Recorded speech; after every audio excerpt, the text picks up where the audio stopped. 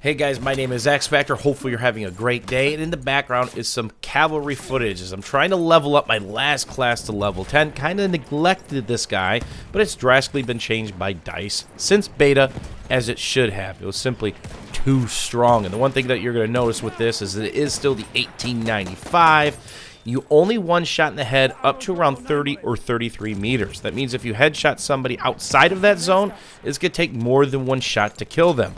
Body shots downtown can do in the 30s.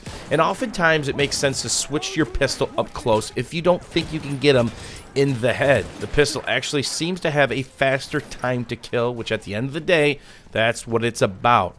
Using the paper, rock, scissor gunplay to your advantage in specific situations, but you can still throw ammo, throw health, and be a supportive class, not to mention the extra armor you have. But if you take a bayonet or you get meleeed from behind, you are not revivable, and you're going to be sleeping with the fishes. And remember, this thing has a very low mag count, clip I should say, a stripper to be exact, and of course its velocity is extremely low. So it takes a lot of lead at range, which means that you really need to PTFO, play the flipping objective, to be the most successful with this kit if you're off your horse or Mr. Ed got shot.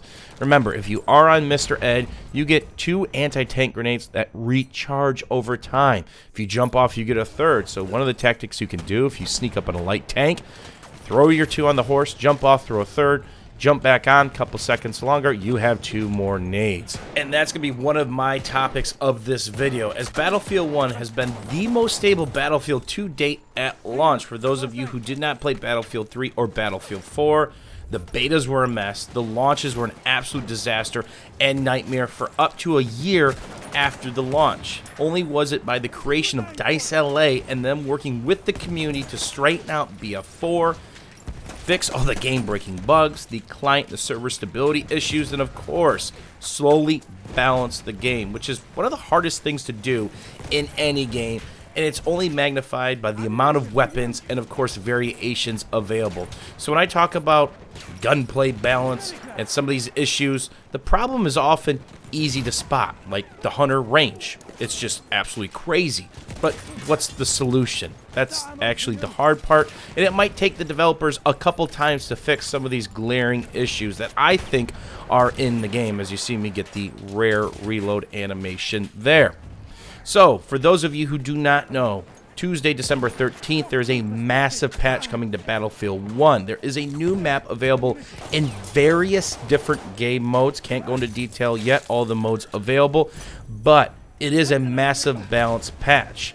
They are touching quite a few weapons and, of course, quite a few vehicles. And some of the things that you're used to doing in the game right now might actually change, but I can't go into further detail until on the 12th, when I can break down the entire patch and offer you guys exclusive gameplay of the new Battlefield 1 map available free to everybody, starting on December 20th. Now, for those of you who pre-order the game or own premium, you can start playing the new map the day of the gameplay patch. That's December 13th. So free for everybody on the 20th, free for those who pre-ordered or, of course, own premium on the 13th. So the first thing I want to talk about, the big elephant in the room, is what happened with grenades in Battlefield 1. In Battlefield 4, there were massive tweaks to the way grenades work. Primarily, how much damage they did, their splash radius, and then how quickly they refilled. It really seemed to get into a nice sweet spot where the gunfights actually mattered. The gunfights happened first, and then nades would be used very situationally and of course tactically. One of the best ways to do it is nade forward. You might nade a corner to get a guy off of it to gain another power position, maybe move a camper off a rock or get him out of a window. That's one of the best things you could do in Battlefield 1 right now with the impact nades, which seem to be back to their BF4 launch stats, where they will one bang somebody up to a couple feet around the nade. It's not just doing 80 damage if it hits them, it's a full one bang. So a lot of times you'll see me on my live streams and some of my epic and funny videos know somebody's playing a window based on muzzle flash or bullet tracers and just toss it off the edge of the window sill only to bounce back in their face or doorway or wall corner, anything. It's absolutely filthy. But all the nades seem to be juiced, whether it's anti-infantry nades or, of course, if it's anti-tank nades. And the assault is the bringer of death, whether there is a vehicle around, with a lot of the rapid-fire SMGs, and of course the ability to carry up to 3 different nades. The 2 anti-tank nades that you can carry are just disgusting when it comes to anti-infantry, and they have a wonderful lob allowing you to get them up over walls. So some of the lighter nades, you can actually sail the moon, goes over the wall, but it's definitely not going to drop where you want it. The anti-tank nades have a very nice art to them, and they can just destroy people. And that seems to be the penalty for those who like to PTFO, play the flipping objective. These capture points are small enough and in the open on most maps that you're simply dodging grenades everywhere. And the other part is this: the nades are so strong that there isn't much thought process to using them, because the other part of the equation, they refill extremely fast. If you're a support player carrying the little bag or the big bag, you can keep yourself with a nade in hand every couple of seconds. So you can have a stick grenade, or you can have an anti-infantry impact grenade and just wreck people. And a lot of times as you're capping these flags, as you see on my HUD right now, these highlighted nades are absolutely everywhere. The only good news is this map, there's actually some cover at these points, so you can at least get some distance between you and the nade, or try to break the line of sight. Remember, if you want to reduce damage that you're going to take from a nade, break the line of sight, or basically go prone. That's extremely effective, but the problem is, a lot of these maps, you're taking damage from multiple angles. The nades are absolutely everywhere, and that doesn't even bring up gas, which is its own separate problem.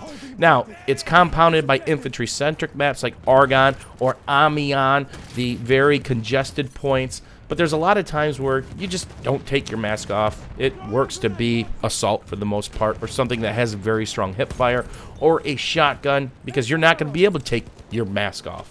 You take so much damage so fast, it's just not worth the risk. And gas grenades, they refill extremely fast. So my point of all this is, I miss the days in Battlefield when it was about the gun skills and the gunplay first, using your nades very wisely, because you might not get another one for quite a while. So the question is, what do you think about grenade spam right now? What do you think about the ways in which they refill? What do you think about the overall power of the grenades? Is it just too much? The next part of the question is something that's been very controversial in the Battlefield franchise for as long as I can remember.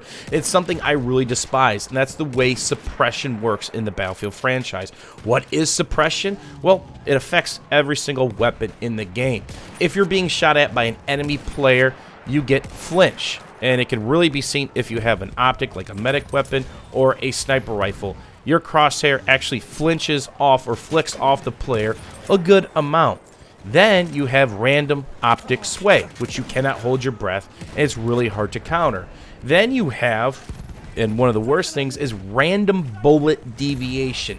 Even if you're standing still, not strafing, your iron or your optic is on them, you're simply more than likely not going to hit them where you're aiming. It might be a complete miss, or you might be looking at their chest and actually get a headshot. But more times than not, the RNG is not in your favor. Then, of course, you get a blurry screen, then added recoil. With some of the LMGs and SMGs, it's pretty tough, but with medic and sniper rifles, it's not so bad due to their lower rate of fire. But what is bad, going back to the previous conversation, is gas. Friendly gas messes you up bad.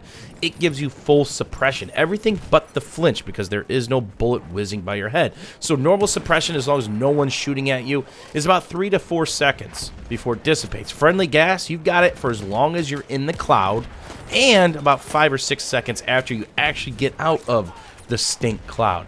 And remember, there is no penalty to really throwing gas if somebody's just spamming it out there, if they're using a mask, but sure can hurt your team. Now, there is no suppression at close range combat, so if people are fighting within 40 or 50 feet or less, there isn't any suppression. But that's not the problem with suppression. All kits can cause it, and of course it could be at the further ranges. And here's where the penalty comes in. I play a ton of operations, and I know what you're going to say, just change your cover. I move a ton. That's one of the keys to being successful as a sniper, or in general with your gunplay and your movement skills in Battlefield 1. In operations, people can simply sit in their uncapped, maybe not even seen head glitching, and keep you suppressed. It's the base snipers Because you're playing the objective, you're getting pounded from multiple angles, whether it's the grenade spam or the suppressive shots, and there's nothing you can do. There's times in which I've been suppressed the vast majority of a round. If it doesn't matter if I'm playing medic, sniper, or if I'm support or assault trying to bust a tank, that's added difficulty because I'm trying to do the right thing along with my teammates. It seems like those putting their neck out the most are getting penalized the most. So here's the question. What would you do with suppression? I'd like it to be a support kit only thing, where the support players, because we all know they still need some tweaking, have the ability to suppress other players. Do you change the way suppression works? Maybe you limit the max range in which people can be suppressed as well, if that isn't the case. But whatever it is, suppression's been around since BF3. It's been absolutely abysmal. It's something that keeps creeping back even after DICE LA adjusted it and made it a heck of a lot better at the end of BF4. The question is this: was that good enough? Should that return? Instead of suppression being buffed, all classes basically being able to use suppressive fire even at crazy ranges? The only good news is it's not up close. What would you do? Because I, for one, am sick of constantly being suppressed only because I'm playing the objective and not camping in the back of the map. Let me know what you guys think. If you enjoyed the video, don't forget to drop a like and a comment. And, of course, my full breakdown of the patch notes will be coming December 12th. As always, guys, thanks for watching. Thanks for hanging out, and we'll see you soon.